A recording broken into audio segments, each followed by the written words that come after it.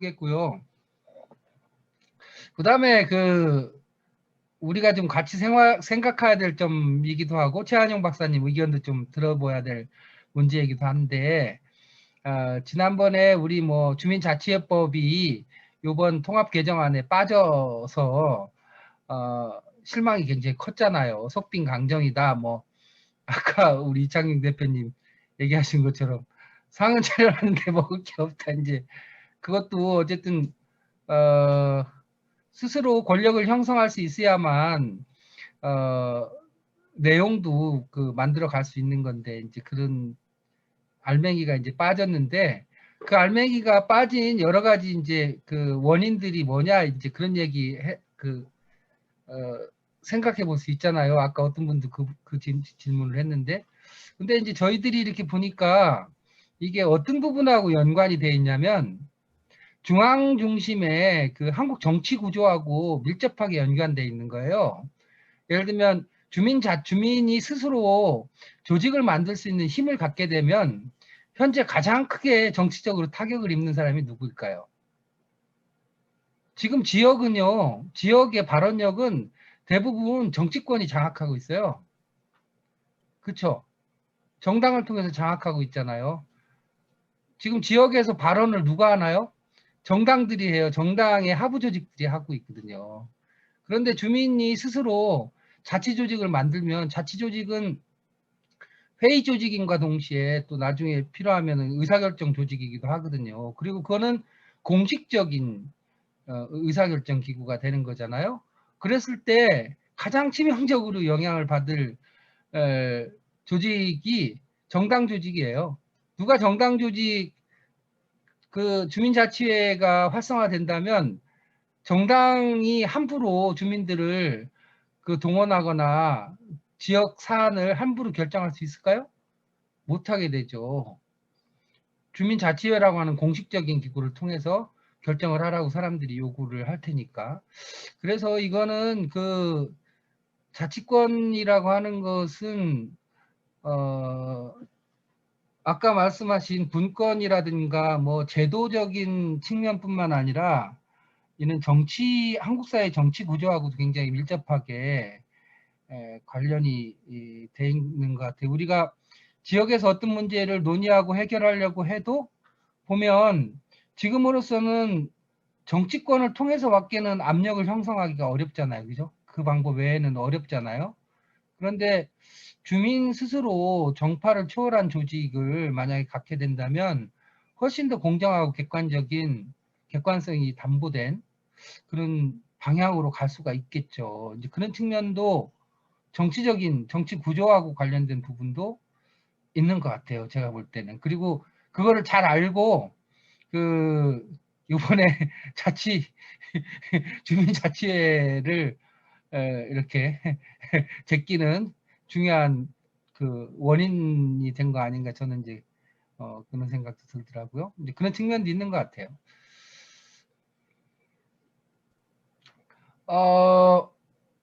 예, 우리 김인영 선생님이나 이렇게 행정에서 지금 일하고 계신 분이나 또 경험이 있으신 분들 입장에서는 일하면서 어떤 점들을 느끼고 계시나요? 저는 그렇지 않아도 지금 최은영 박사님께 좀 의견을 여쭙고 싶었던 부분이 이야기 중에 조례제정 개폐 청구권에 대한 부분하고 그다음에 청원권을 강화시키는 것에 대한 이야기를 언급해 주셨잖아요. 그런데 실제로 저희가 공론을 진행을 하고 그리고 이제 춘천 같은 경우에는 시민주권 담당관이라고 하는 것이 시장실 직속으로 구조가 되어 있어요. 그리고 그곳에서 시민주권위원회를 운영을 하는 것 자체가 이제 행정이 업무화되어 있어서 구조적으로는 운영이 되고 있는데 실제적으로 행정에서의 힘이 그렇게 아직까지 튼튼하지는 않습니다. 그러다 보니까 이제 실제로 저희가 시민들의 제안을 처리하는 과정에서 이런 부서들 간의 협력이라던가 아니면은 실제 이런 사안들을 진행시키는 부분에 아직까지는 좀 애로를 행정에서도 많이 갖고 있고 시민주권위원회에서도 어떤 의견 제시 정도밖에는 작용하지 않는다라고 하는 한계는 좀 있어요. 그리고 저희가 실제로 중요한 지역 사안을 가지고 공론장을 운영을 했을 때 그 공론의 가장 마지막 단계가 시장에게 권고하는 수준이거든요. 근데 이 권고라는 것 자체가 강제성이 없고, 그러니까 예를 들면은 시장이 판단하고 있는 그 정책 결정의 방향과 시민들의 공론 과정에서 나온 결과가 일치하면은 너무나 좋은 명분이기도 하고, 또 시민들의 의견을 수용하는 시장의 관점으로도 작용이 잘 되는 측면도 있지만, 또 한편으로는 시장이 이미 생각하고 있는 부분, 그러니까 결정권자가 가지고 있는 방향과 시민들의 의견 수렴 과정의 결과가 다른 경우에도 거부를 해도 사실은 그것에 대해서 강제할 수 있는 상황까지는 이제 못 가는 거죠. 그래서 공론을 운영하는 것에 대해서는 굉장히 많은 에너지나 여기에 참여하는 시민의 단위가 많아지고 그래야 이제 공론장의 힘이라던가 이제 확산에 대한 부분들은 실제적일 수 있는데 그 결과를 최종적으로 수렴하는 과정에서는 자치단체장한테 뭔가 이것을 강제하거나 아니면 그 결과 자체가 힘을 있게 작동시킬 수 있는 구조가 여전히 이제 숙제인 거예요. 그런데 이제 그 숙제를 어떤 방식으로 풀어가야 되지라고 하는 점을 이제 계속 고민 중이었는데 이제 오늘 이야기를 해주셨던 것처럼 이제 그런 이 공론의 결과가 작동할 수 있게끔 하는 조례 제정으로 연결된다라고 하면 일부 자치단체장이 그 결과를 수용할 수밖에 없게 하는 혹은 주요한 정책 결정이 공론장을 통해서 의견 수렴의 과정을 이제 반드시 거치게 하는 이런 것들이 조금은 한 발 나갈 수 있지 않을까 하는 생각이 드는데 그 과정을 실제적으로 그러면은 어떻게 풀어야 하는지는 조금 더 구체적으로 의견을 좀 들어보고 싶습니다.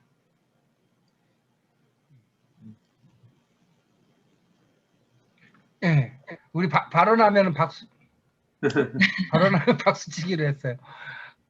예, 굉장히 현실적인 문제 제기를 해주셨어요. 그러니까 우리가 이제 뭐 국민 발언권 또 주민 발언권 뭐 이렇게 얘기하잖아요. 그러니까 발언이라고 하는 것이 어쨌든 의제를 제안한다라고 하는 의미니까 그래서 이것에 관해서 논의에 붙여 주십시오라고 하는 이제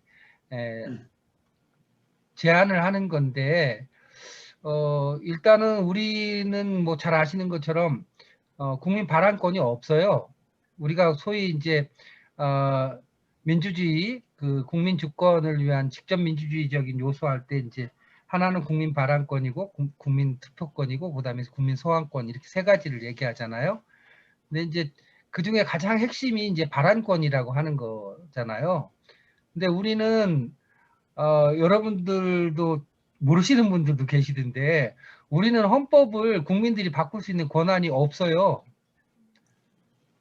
국민이 100만 명, 1000만 명이 헌법 바꿔주세요라고 얘기해도 국회를 통하지 않고는 국회의원들이 발의를 하거나 대통령이 발의를 하지 않고는 헌법을 한 줄도 바꿀 수가 없습니다. 그러니까 이렇게 지금 헌법 개정이 어려운 거거든요. 근데 헌법 개정 발언권도 없고, 그 다음에 법률을 만들으라고 요청할 수도 없어요. 지금 뭐 예를 들면 LH 사건이 굉장히 심각한데, 뭐 예를 들면은 뭐 김영란법이 포괄하지 못하는 뭐 이해 상충에 관한 부분이 있다고 하면 그 부분이 국민들이 일정수 이상이 야 그거 우리 법률로 만들어 달라고 안을 제안할 수 있느냐 하면 못해요. 우리 국민들한테는 법률을 제안할 수 있는 권한이 또 없습니다. 참 웃기죠. 그래서 유일하게 국회를 통해서밖에는 안 되게 돼 있는 거거든요. 일단은 이제 그 중앙정부 차원에서는 그렇고 지방정부 차원에서 국민 발언권이 이제 생겼는데 법적으로는 이제 아까 조례 제정에 관련된 법이라고 하는 것이 그건데 그거는 이제 말씀하신 아까 최한용 박사님도 말씀하시고 이창용 대표님도 말씀하신 것처럼 그거는 엄격하게 법률 내에서예요. 법률 내에서 조례라고 하는 것은 법률 내지는 그 대통령령도 넘어설 수가 없거든요. 그러니까 굉장히 비좁은 범위 내에서 발의를 할 수 있는데 그 발의 여건이라든가 그런 것이 굉장히 까다롭게 돼 있어요. 이번 그 법령 개정을 통해 지방자치법 개정을 통해 가지고 약간 개선을 했다고 하지만 그 요건이 이렇게 뭐 그 주민 몇 % 이상을 받아 가지고 그 발언할 수 있도록 돼 있는데 여태까지는 그것도 역시 그 주민 스스로 할 수 있는 게 아니고 의원을 통해서 의원에게 제안할 수 있도록 이렇게 돼 있어요. 의회에 제안할 수 있도록. 또 자치단체 장에게 제안할 수 있도록 돼 있어요. 발언권이라는 거 원래 취지는 그런 게 아니거든요. 누구한테 그거는 어떻게 보면은 정확한 게 말하면 그 청원권에 해당하는 것이지, 국민이 누구를 통해서 제안할 필요가 없잖아요. 이제 그런 법적인 한계가 이제 있는 거죠. 이런 상황에서 이제 우리가 어떻게 하면은 국민의 또 주민의 의견을 결집해서 이제 관철시킬 것이냐라고 하는 문제에 직면해 있는데, 지금 이제 공론장을 얘기하고 하는 거는 이는 제도적인 결핍을 극복해 가자라고 하는 의미가 있고, 그런가 하면 또 이제 공론장이라고 하는 거는 예를 들면 우리가 국민 발언권이든 주민 발언권이 확보가 되더라도 실제로 그 제도만 가지고 내용이 형성되는 건 아니거든요. 자연스럽게. 예를 들면 주민투표권이든 주민 발언권이든 이런 것이 만들어지면 그 내용을 형성하기 위해서는 공론장이 또 필요한 거죠. 이해가 가시죠? 예. 그래서 이제 공론장 운동은 대단히 그 중요한 거라고 보는데, 그 박사님. 제가 한마디 혹시 또 보완해서 말씀을 좀 드리면, 제가 아까 이제 공론장과 자치와 관계해서 우리가 저는 이게 이제 바로 60년 전에 했던 읍면동 자치를 전격적으로 도입할 필요가 있고, 뭐 저는 주민자치회는 아마 이 정도 수준이면 리통단이 있잖아요. 우리 통단이 농촌 지역의 리단이 그런 수준으로 하는 게 맞을 것 같다는 그런 생각이 들고요. 그래서 이제 자치와 공론장과 관련해서 그 지점이 하나 있고, 그다음에 그거는 주민이 직접 이제 결정을 하고 하는 게 읍면동 자치입니다. 주민이 직접 그가 입법, 행정, 재정, 그다음에 지역사회 주요한 결정을 주민들이 하도록 이렇게 설계를 해놔야 주민들이 일상에서 이게 굉장히 시민의식이 폭발적으로 발전할 수 있는데, 우리는 국민들이 역량은 돼 있는데 제도가 불비하니까 막 노상 이렇게 자꾸 정치권에 이제 자꾸 의존하고 요구하고 이런 수준에서 우리가 이제 한국 사회가 발전 못하는 그런 지점이 있다고 보고요. 그 다음에 하나는 아까 방금 이제 여러분들 말씀하신 것처럼 주민 발언과 주민 투표, 국민 발언과 국민 투표를 우리가 그게 어떻게 보면 민주적 통제 장치거든요. 그래서 저희가 이제 우리가 그동안 운동하면서 합의한 거는 주민 발언은, 그러니까 의회나 정부가 일을 하지 않을 때 액셀레이터 기능을 합니다. 액셀레이터. 이게 자동차 액셀레이터는 가속을 하는 거잖아요. 비상가동 장치잖아요. 그러니까 실제로 안 할 때 보통 그래 주민이 발언한 거는 의회나 정부가 뭐 입법 조치도 안 하고 이렇게 있을 때 이제 지역사회에서 필요한데, 국민들 입장에서도 필요한데, 그런 의미에서 주민 발언이 이제 공론장과 연계해서 이걸 고민할 필요가 또 한편에 있다고 생각되고, 주민 투표는 우리가 일반적으로 주민 표결이라는 게 있습니다. 그냥 주민에 의해서 이제 표결하는 게 있고, 주민 투표의 원래 좀 의미는 이것도 하나의 민주적인 시민들의 통제 장치인데, 의회나 정부가 일을 잘못할 때 이게 브레이크를 밟아줘야 되잖아요. 이게 브레이크 장치입니다. 주민투표. 우리가 그런 민주적 통제할 때 엑셀레이터도 밟고 브레이크도 밟아줘야 의회나 어떤 공무원들이, 그 다음에 국회의원들과 대통령들이 이게 국민들과 시민들한테 겁을 먹을 수 있잖아요. 우리가 이 제도가 없으니까 아예 뭐 역할을 우리가 국민들이나 시민들이나 주민들이 뭘 이야기도 해도 답답한 거죠. 그러고 이런 제도가 있어야 의원들이 정말로 이제 우리 통제권 안에 들어온 의원들이라야 제대로 자기 역할도 할 수 있습니다. 지금은 거의 고삐 풀린 망아지 같거든요. 국회의원은 고삐 풀린 황소 같죠. 그래가 막 막말해도 우리가 국민들 제어하지도 못하고 그렇잖아요. 그래서 이런 제도를 지금은 전혀 되어 있지 않습니다. 그래서 이제 기껏 이번에 지방자치법에 이제 개정하면서 도입된 게 청구권 이야기 하잖아요. 조례 발안 청구권. 이 말도 안 되는, 그러니까 이게 실컷 이렇게 발안을 해가지고 의회에 이거 한번 검토해봐 주십시오. 이게 나라가 제대로 되는 겁니까? 이게 이제 32년 만에 전면 개정했다는 내용이거든요. 그래서 저는 이제는 정말 우리 공론장의 자치가 없기 때문에 저는 공론장이 지금으로서는 대안이라고 생각합니다. 그러나 이 공론장을 통해서 다시 자치제도를 설계해가는 작업을 이제 우리 같은 각계에 있는 의미 있는 사람들이 이제 노력해야 되겠죠. 이상입니다. 네. 그리고 아까 김윤경 선생님 얘기하신 의사결정권 공론장에서 논의를 해도 결국은 실제로 권고 내지는 제안 수준을 넘어서기 어렵잖아요. 그리고 실제로 공론장에서 논의를 했음에도 불구하고 그 지자체 장이 그것을 하거나 왜곡시킨 경우도 실제로 있어요. 그 대전 월평공원 같은 경우도 그 지자체 장이 자기가 의도했던 것하고는 다르게 결론이 나왔잖아요. 월평공원 일몰제 관련해 가지고 그렇게 되니까 이걸 굉장히 해태하는 거예요. 그리고 이제 시간을 벌고 정치력을 활용해 가지고 이걸 이제 왜곡하려고 계속 노력을 하죠. 행정력을 이용해서.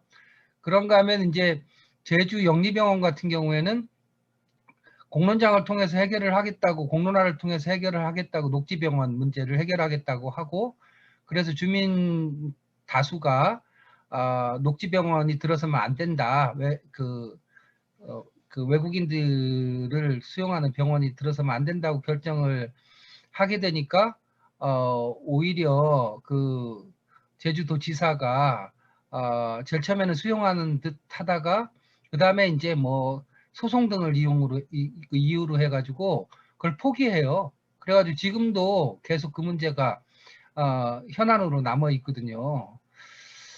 그게 이제 이게 한국 현실인 거죠. 그런가 하면 그 결론뿐만 아니라 이게 그 의사결정의 최종적인 권한을 국민들은 갖고 있지 않고, 주민들은 갖고 있지 않고 지자체장은 갖고 있기 때문에 계속해서 그 과정을 왜곡하게 돼요. 제가 뭐 그 나중에 시간이 언제 되면은 자세히 말씀드릴 기회가 있겠지만 공론장은 철두철미하게 지금 이렇게 그 왜곡되는 경우가 굉장히 많아요.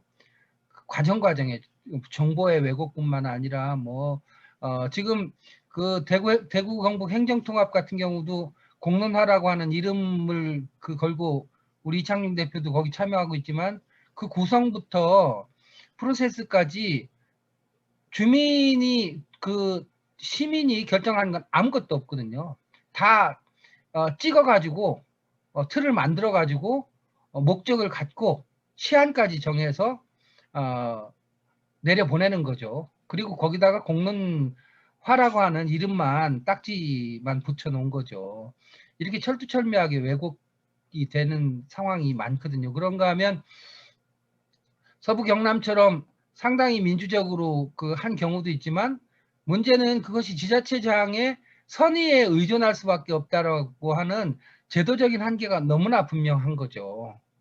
그래서 이걸 이제 우리가 어떻게 강화시켜 갈 것이냐라고 하는 점이고, 그 가운데 하나가 현재로서는 의회를 통해서 공론장이 법적으로 유효하도록 공론장과 관련된 조례를 제정하는 것이 굉장히 유력한 방법이다. 이제 이런 그 대안을 지금 제시를 하는 거죠. 그래도 법적인 안전성이 조금은 좀 있는 게 없는 것보다는 훨씬 더 나으니까 이제 그런 지금 현실에 이제 직면해 있는 거고, 사실 우리는 주민이 실제로 주권을 갖고 의사결정을 주민이 하는 사회가 어떤 것인지에 대해서 사실은 우리는 상상할 수 없어요.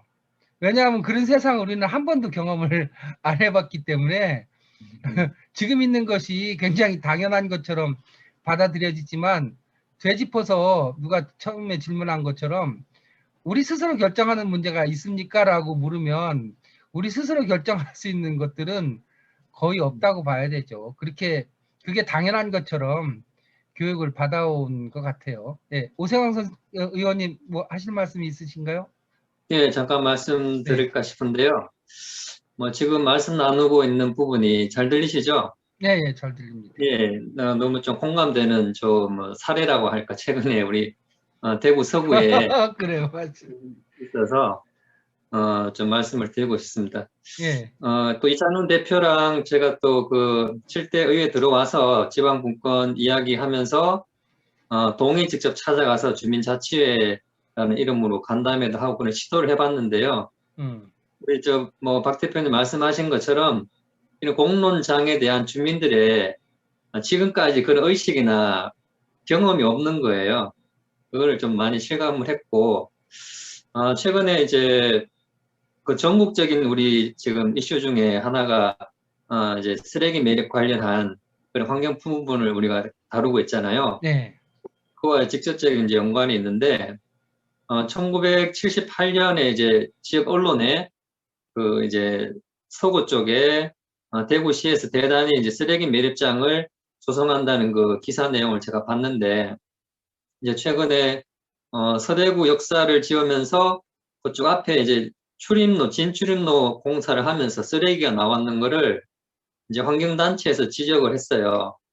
지적을 해서 2월 달에 또 TV도 나오고 했던 부분인데, 그거를 또 이제 의회에서 우리 의원 한 분이 저랑 같이 또 이제 이 부분에 대해서 논의를 하면서 어떻게 5분 발언도 하고, 또 제가 또 관련한 구정 질문도 하고, 아까 이제 광주 말씀하셨는데, 광주시 의회에서 거기 청소년 문화의 집을 지으면서 이제 쓰레기가 발견이 돼서 거기다 문제 해결을 위해서 자문위원회를 만들었는데, 주민대표, 또 환경단체, 법조인, 또 이제 시에서도 참여하고 이렇게 해서 자문위원회를 구성해서 원만하게 해결했던 그 사례를 또 알려주시더라고요. 그래서 우리가 5분 발언도 하고 해서 이 부분을 그냥 이 쓰레기가 나왔기 때문에 토양 오염 조사를 해야 된다. 단순히 거기다 간단한 그냥 시험만 하고 거쳐서는 안 된다.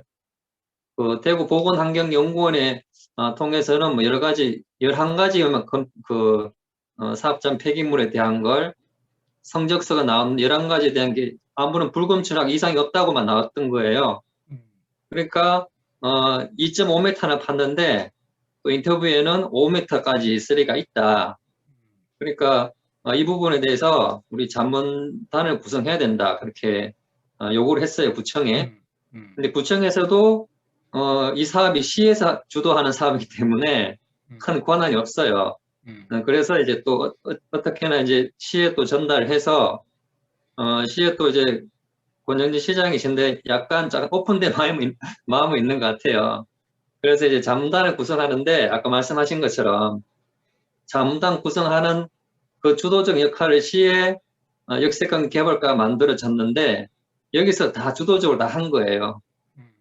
그래서 이제 의회에서 그만큼 이제 이야기를 했기 때문에 의회에서는 제가 대표로 참여를 했는데 다른 환경단체 또 참여를 했어요. 그리고 교수들 4분, 또 시의 관계자 2명, 공무원, 또 구에 또 국장 1명 이렇게 해서 한 8명 정도 자문단이 구성이 됐는데 구성을 그 시에서 주도해서 다 한 거죠.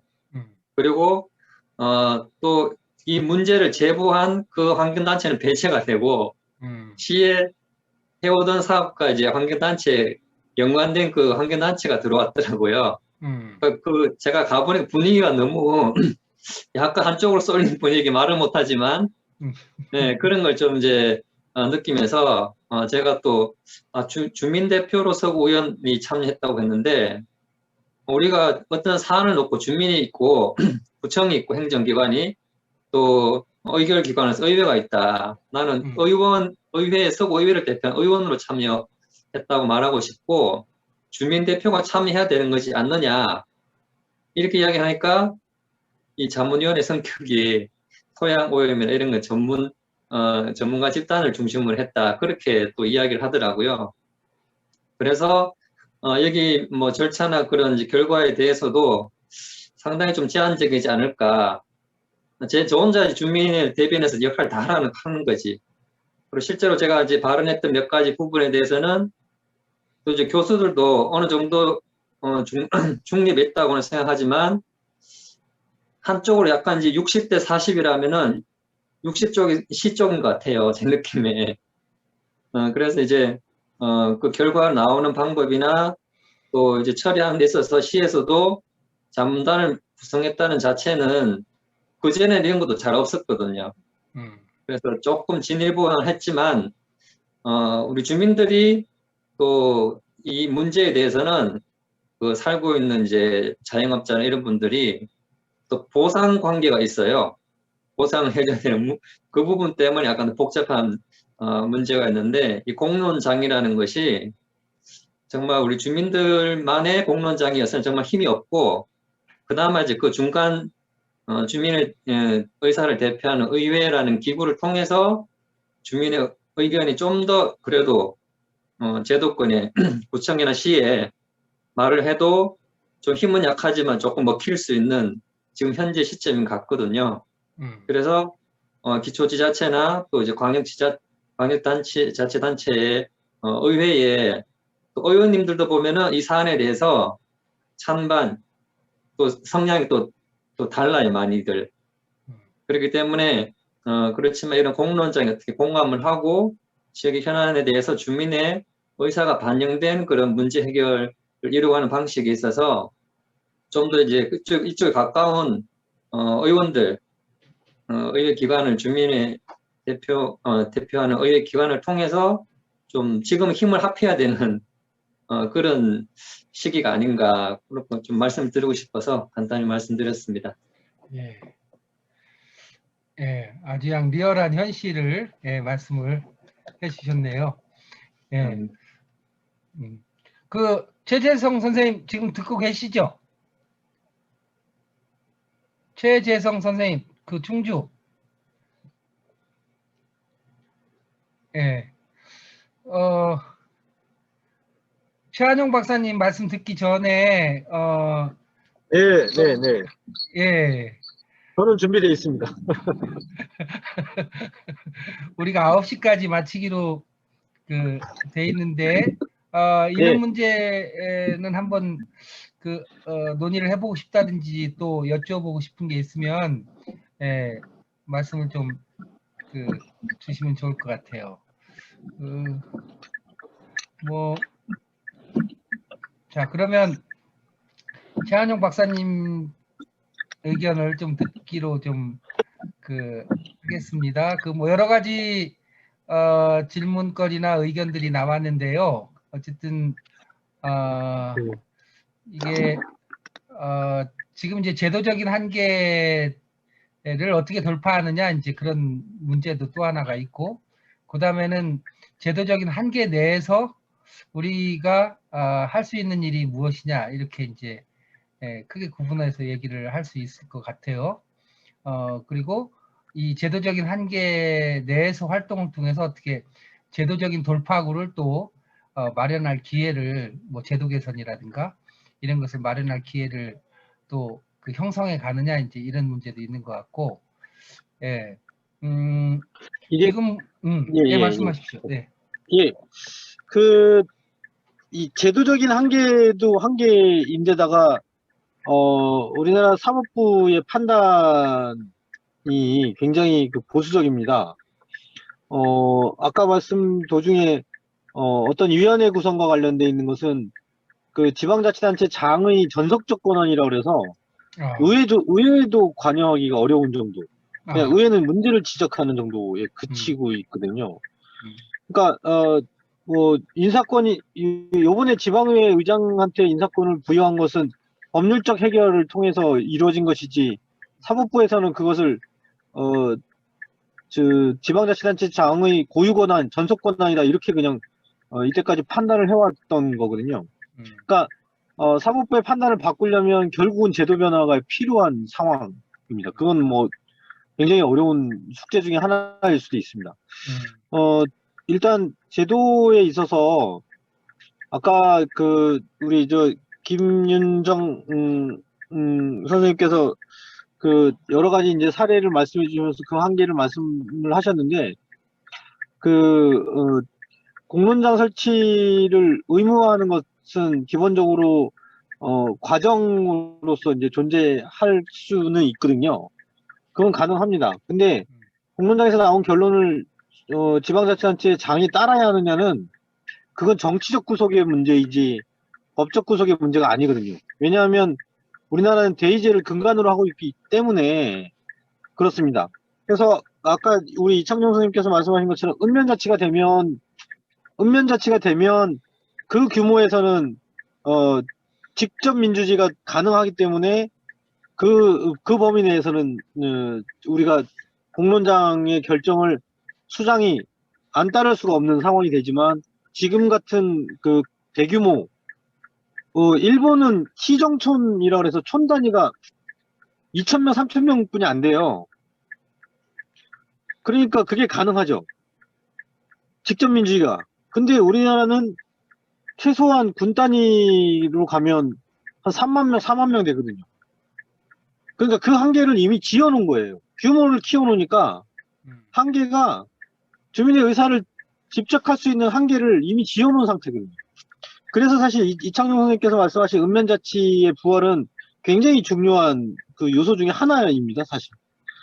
그러니까 지금 우리가 하고자 하는 측면에서 보면 일단 읍면자치는 읍면동자치라고 해서 지방분권특별법에 있어요, 규정이. 그걸 하도록 노력하게 돼 있고 근데 그것을 안 하고 있죠. 그것은 기본적으로 대의제를 흔들 수 있다라는 우려 때문에 발생한 거거든요. 근데 사실 직접 민주주의는 민주주의의 가장 근간이거든요. 원래 정확하게 얘기하면. 그래서 스위스 같은 데에서는 칸트 같은 이제 주 단위에서도 주민총회를 통해서 의사결정을 하는 형식으로 되어 있거든요. 그래서 사실 이것과 관련해서 제가 한 가지 말씀을 드릴 수 있는 것은 이번에 지방자치법 개정되면서 기관 구성 다양화라고 해서 지금은 기관장하고 의회가 대립하는 구도를 취하고 있다면 기관의 규모나 이런 것을 주민투표를 통해서 위원회 구도를 가질 수도 있게끔 만들어 놨고 거기에 관련된 법안들이 지금 작업 중에 있습니다. 그래서 가능하면 주민의 의사를 충분히 반영할 수 있는 구도로 기관의 구성을 다양화하는 것의 그런 길이 열려 있기 때문에 기관 구성 다양화와 관련되어 있는 법안들이 어떻게 흘러가는지도 좀 살펴봐야 될 것 같고요. 그것이 지금처럼 대의제만을 위한 뭐 이런 형식이라면 사실 저항을 해야 될 상황일 수도 있습니다. 그런 열린 공간들을 좀 활용하는 측면들을 좀 봐야 될 것 같은데 아직 저도 기관 구성 다양화에 관련된 법적 논의가 법의 구성이 어떻게 되는지 한 번도 본 적이 없어요. 그런 논의에 참여해 본 적도 없고 이런 부분들은 좀 우리가 면밀하게 모니터링하고 좀 찾아봐야 될 부분인 것 같고 필요하다면 이것을 공론의 장에 올려서 주민들의 의사가 반영되는 구도로 기관 구성을 다양화할 수 있도록 좀 조정해가는 이런 부분들도 좀 필요하지 않을까 하는 생각을 합니다. 제도 밖의 문제는 아까 말씀드렸듯이 결국은 헌법과 법률들이 분권을 염두에 두면서 만들어져야 되고 그것을 지향하게끔 만들어야 되고 그러기 위해서 국회의 구조가 분권화돼야 된다. 국회에서 분권을 염두에 두면서 법을 만들 수 있도록 해줘야 되는데 중앙정부하고 국회가 결탁하면 지방자치단체를 배제하는 거는 일도 아니거든요. 그 상황을 어떻게 조정해 갈 것인가를 그것을 헌법적 차원에서 법률적 차원에서 어떻게 할 것인가는 사실 지금부터의 숙제일 수도 있습니다. 뭐 제가 답답한 말씀만 계속 드려서 죄송합니다. 우리 강정환 대표님 말씀처럼 답답한 만큼 우리 공론 포럼에서 해야 될 일도 많은 것 같아요. 자, 마치기 전에 권재석 부위원장님 지금 듣고 계시나요? 아, 예, 예, 예. 예, 인사 말씀 좀 부탁드립니다. 소리. 오랫동안 그 노동운동 해오셨고요. 네. 네, 잘 들립니까? 예, 잘 들립니다. 네. 제가 한 2시간 정도 쭉 들었었는데요.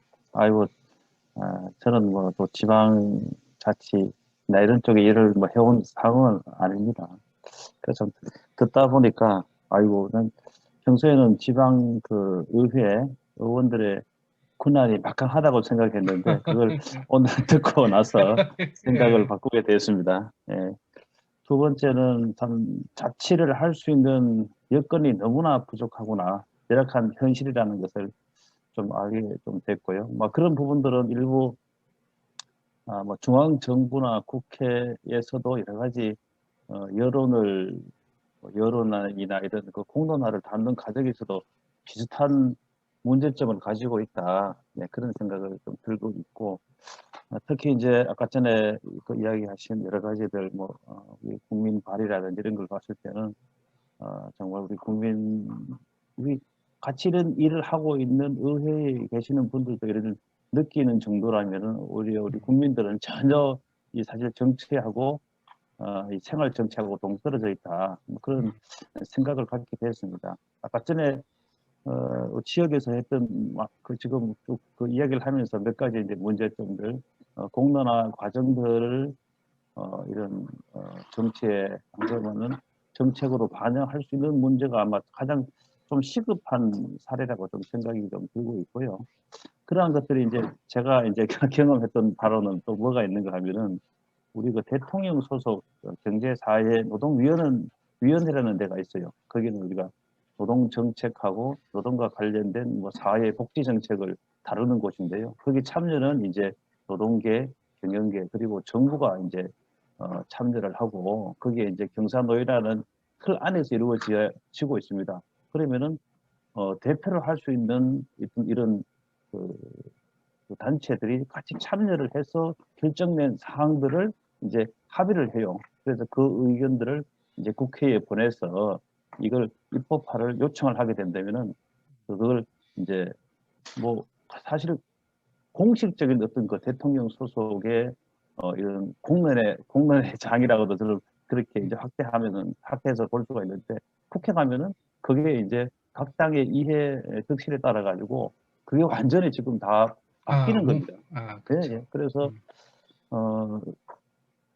이제 최근에 의원들은 경사노위에서 서로 합의된 사항들은 국회에서 존중해서 이제 그거를 지키자, 이런 발의를 한 게 있습니다. 아까 전에 이제 우리 회원님께서도 권고사항으로 이제 그치는 건데, 그걸 좀 어떤 명문화를 할 필요가 있다고 하는 것처럼, 이 중앙 사실 단위에서도 이 경사노위에서 이렇게 합의한 사항들이 전혀 이제 국회에 가서는 전혀 지켜지지 않다, 뭐 이런 생각을 가지고 있는 것이기 때문에, 아마 그러한 부분들은 이런 공론화 포럼에서도 마찬가지겠지만은, 분권을 다루는 공론화 포럼도 마찬가지겠지만은, 사실 중앙 정부 차원에서도 앞으로는 좀 오늘의 이런 지금 이야기를 좀 담아서 한번 공론화를 정말 필요로 하지 않을까, 좀 그런 생각을 좀 갖고 있습니다. 아까 전에 이제 그 지역에 같은 경우라면은, 지역에서도 좀 다양한 어떤 이렇게 공론의 어떤 그런 제도들이 공론화를 통해서 시행을 될 필요가 있다고 생각을 좀 하고 있고요. 중앙정부 차원에서 어떤 정책을 하기 위해서는 우리 각 당의 어떤 당론의 문제들, 또한 여러 가지 최초로 하는 어떤 최초로 시행하는 그 부담들 때문에 각 그 정부 부처에서도 하지 못하는 그런 제도들이 많아요. 그렇지만은 그게 좀 더 작은 단위에서 지방 분권에서 분권 그 자치에서 할 수 있는 그런 사항들을 저는 많다고 생각을 하고 있습니다. 그 간단한 예로 든다면은 이제 뭐 서울시 같은 경우도 노동 존중 그 특별시라는 이런 그 명칭을 달고 노동 이사제라든지 그걸 갖다가 도입을 위해서 직접 그 도입을 해서 시행을 했었고, 이제 향후에는 그런 노동 이사제를 가지고 이제 입법 이제 공원법을 바꿔서 이제 노동 이사제가 도입이 될 수 있도록 아마 국회 차원에서 노력을 하는 거죠. 결국 어떤 이 자치단체 분권에서 시행했던 어떤 그런 좋은 정책들이 이제 국회를 통해서 입법화되는 할 수 있는 어떤 그런 토대가 될 수 있다고 생각을 합니다. 지금 최근에 지금 뭐 올해 같은 경우도 서울시하고 뭐 이렇게 몇 개 있던 그 지역에서도 지금 뭐 근로자의 날이라는 어떤 그런 말을 좀 쓰고 있는데, 뭐 근로냐 노동이냐 이런 뭐 용어를 다 그 정의를 아시겠지만 다 우리가 노동절로 이렇게 지금 바꾸는 어떤 그런 그 조례를 통해서 지금 시행을 하고 있잖아요. 그래서 저는 이런 그 분권 사실 자치의 그 활동이 된다면은 우리 정부 중앙정부 차원에서도 좋은 정책을 또 직접적으로 시행하는데 많은 도움이 될 것 같습니다. 우리 사회의 그 중요한 지금 그 정책들이 실질적으로 그 정책은 좋지만은 실질 그 우리 현장에서 미치는 파장 이런 것들을 전혀 고려하지 못하고 시행하는 거기 때문에 이런 사회적 그 곤란을 좀 가지고 오고 있는 것 같아요. 뭐 그런 그 상황인데 뭐 그러한 부분들을 그런 그 분권이 되고 자치가 시행이 된다면 상당한 부분 서로 보완이 될 거라는 생각을 가지게 되었습니다. 네, 이상 마치겠습니다. 네. 네, 그 말씀 잘 들었습니다. 오늘 그 원래 포럼 첫날이고요. 자치분권과 공론장에 대해서 같이 공부를 했습니다. 오늘 우리 최한용 박사님께서 굉장히 바쁘신 중에도 알찬 내용을 제시를 해줘서 저희들이 그 고민을 시작할 수 있게 된 것 같고요. 또 현장에서 또 지역에서 다양한 고민들을 해오셨던 분들의 말씀을 같이 이렇게 나누니까 생각도 넓어지고 깊이도 생기는 것 같습니다. 올해 하여간 내내 이 공론장 그 분권 그 자치와 공론장 관련된 공부는 계속 이어질 것 같고요. 여러분들이 제기한 또 최한용 박사님이 말씀하신 것 가운데 우리가 좀 주도적으로 좀 공론장을 만들어 보자라고 말씀하신 부분은 저희들이 잘 메모해 뒀다가 같이 논의를 통해서 같이 이렇게 실천할 수 있는 내용들은 그렇게 만들어 가도록 그렇게 하겠습니다. 오늘 그 2시간 동안 수고 많으셨고요. 토요일 날 오후에 다음번은 우리나라에서 뭐 저는 그 사회학자로서 이만큼 실천적인 사람이 없다라고 그 자랑할 만한 분인데요. 홍찬숙 그 서울대 여성연구원 그 연구소 연구원이시고, 그리고 울리백의 그 제자인 홍찬숙 그 박사님께서 코로나 이후에 우리 사회 변화, 그거는 이제 공론장과 직접적인 이름이 같은 건 아니지만 우리가 이 이후에 무엇을 할 것인가라고 하는 것을 생각하려면 우리 사회가 지금 빠르게 변동하고 있잖아요. 그래서 우리 사회가 지금 어떻게 변화되고 어떤 방향으로 가고 있는지에 대한 공부를 하는 것이 굉장히 필요하다고 생각이 들어서 5월 첫째 주 5월 1일이 있거든요. 5월 1일 저녁 7시부터 9시까지 제 2번째 원래 포럼을 하겠습니다.